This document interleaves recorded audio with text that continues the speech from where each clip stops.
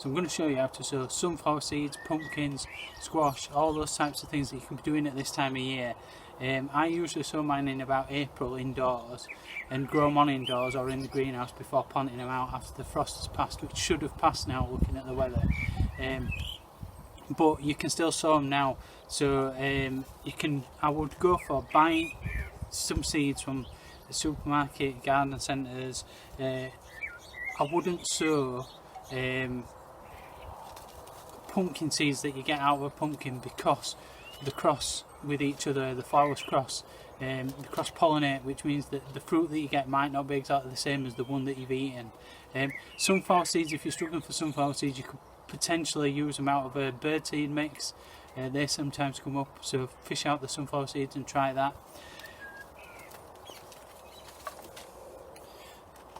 So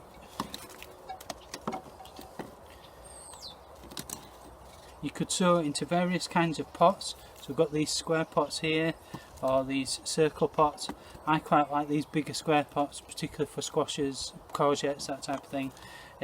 This one would be a bit too small. I think it would dry out too quickly, so I would do away with that. If you haven't got any pots, what you can use is toilet roll tubes and a tray from mushrooms, fruit, that type of thing. Mushrooms are usually good because they don't have holes in. If it's strawberries or blueberries, they tend to have holes in, and you want it to act as a tray at this stage.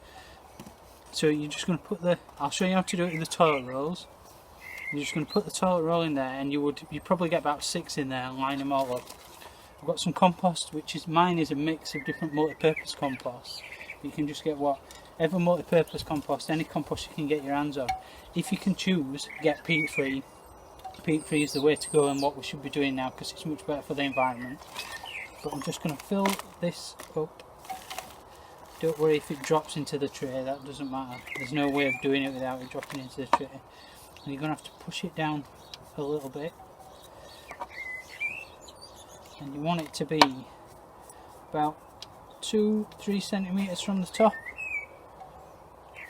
Some people fill it right up to the top and then sow this, and then push the seed in, but I don't like to put too much pressure on the seed. I prefer to put it in and then put the compost on top.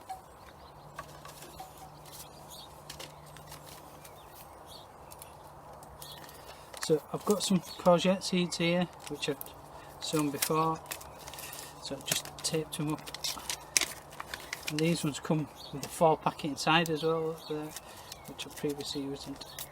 So I'll just open that.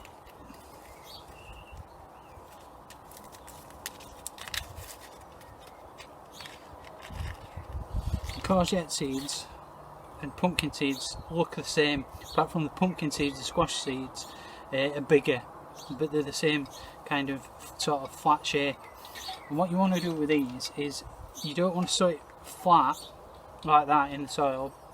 So what tends to happen is there's a lot of water then goes on top. It's got potential to rot, but you want to sow it sideways like that. So gently place it in like that, and then you're going to cover it with soil. So you could either cover it with soil with your hand, just rub it between your fingers like that and cover it up. You can use, if you've got one, you can use a sieve, which is my preferred method. But it does tend to go a bit everywhere. If you don't have that but you have some pots, compost in the pot, and if you give it a shake over the top,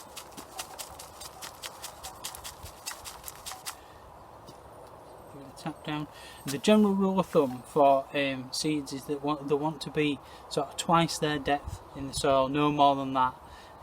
So some very, very small seeds just want a light covering, but when you're doing pumpkins and squashes and sunflowers, which you can do all in the same way, it wants about the same depth as the seed, 2 times 2 on top of that. Then I'm gonna label it.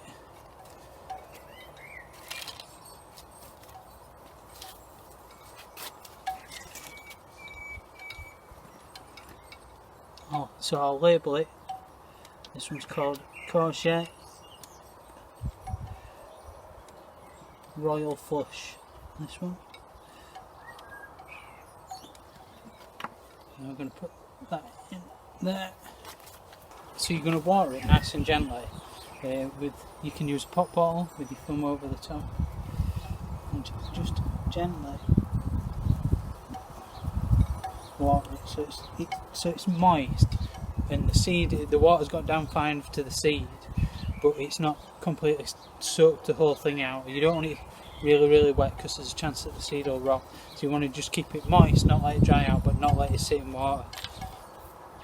So you need to put it somewhere warm to germinate. So that can be on a windowsill. If it's south facing or east or west facing, south facing it can get a bit hot. North facing it's not going to get any sun really. So somewhere where it gets a bit of sun, preferably a bit of sun for a bit of the day. If you've got an old airing cupboard that gets warm, although it's dark, it'll make it germinate really quick, but you need to check on it because as soon as it's come up it needs to be put in the light. And then you want to cover it with either a propagator. If you've got a propagator, this is perfect. So you have a propagator that you put over the top, put it in a tray and put this over the top. That keeps it warm and moist. Or if you've got a sandwich bag, freezer bags, these work really well.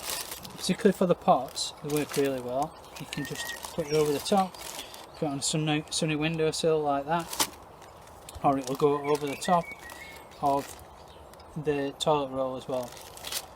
Once they've germinated and they're up and they're growing well, before you plant them out, you want to get them used to being outside. So that's a process of taking them outside for the day, bringing them back inside on a night for about a week, and that gets them used to the changing temperature from the windowsill to outside. Once you've done that, then they're ready for planting out. With the cardboard roll tubes, you can just plant those straight into the ground because the cardboard will rot away and you'll see the roots coming out at the bottom, and the roots will just go away into the soil.